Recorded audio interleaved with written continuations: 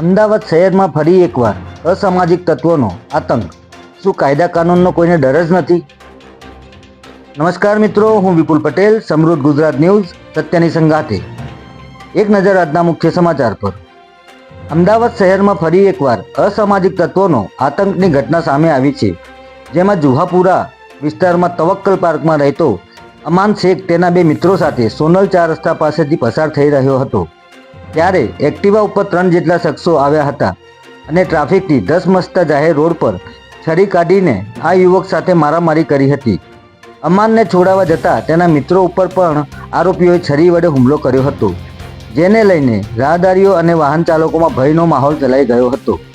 ઘટનાને પગલે લોકોના ટોળા ભેગા થતાં હુમલો કરનાર 3 શખ્સ નંબર પ્લેટ વગરની એક્ટિવા અને સ્પ્લેન્ડર બાઇક પર આવેલ શખ્સ અહીંથી ફરાર થઈ ગયા હતા।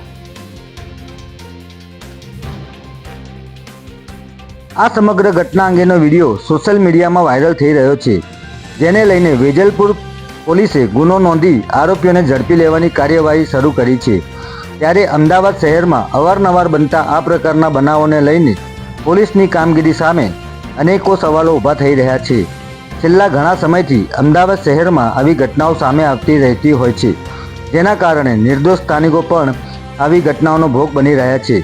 ત્યારે આવા અસામાજિક તત્વોને પોલીસનો કોઈ પણ પ્રકારનો ડર રહ્યો ન હોય તેવું જણાઈ રહ્યું છે। શહેરના જાહેર રોડ પર આ રીતે છરી જેવા ઘાતક હથિયારો લઈને આવા તત્વો દ્વારા હુમલાઓ કરવામાં આવી રહ્યા છે। ત્યારે સૌથી સુરક્ષિત ગણાતા અમદાવાદ શહેરમાં કાયદો અને વ્યવસ્થાની સ્થિતિ કથળી રહી હોવાનું લોકમુખે ચર્ચાઈ રહ્યું છે। જય હિન્દ, જય ભારત।